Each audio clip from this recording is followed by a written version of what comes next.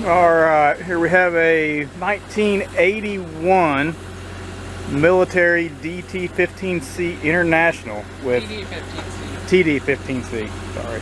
Got 1,600 original hours on it.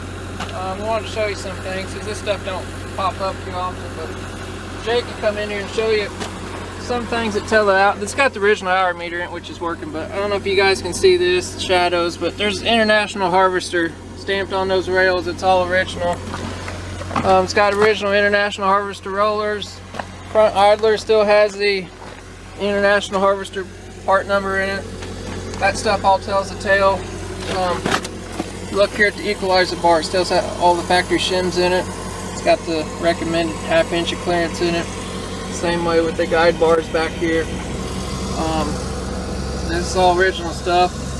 This tractor actually had rubber pads bolted on it coming out of the Air Force, so we took all those off. That's why you'll see it's a little rougher under here, but still has the factory shims tied around the ball. Jay can take you up into the pins and show you they're all tight.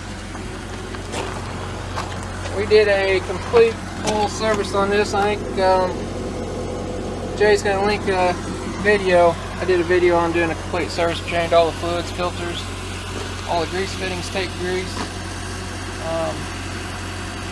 It's got the DT466B model in it, inline pump. So it's just a super clean, original low-hour motor. So we do have one more of these coming up, and it's got like 3,500 or so hours on it. So pretty much the same configuration. It does have a cab on it. So.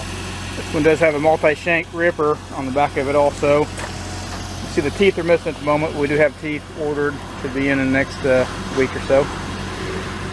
I'm going to fire it up. Jay's going to do a little walk around of it, so show you everything on it.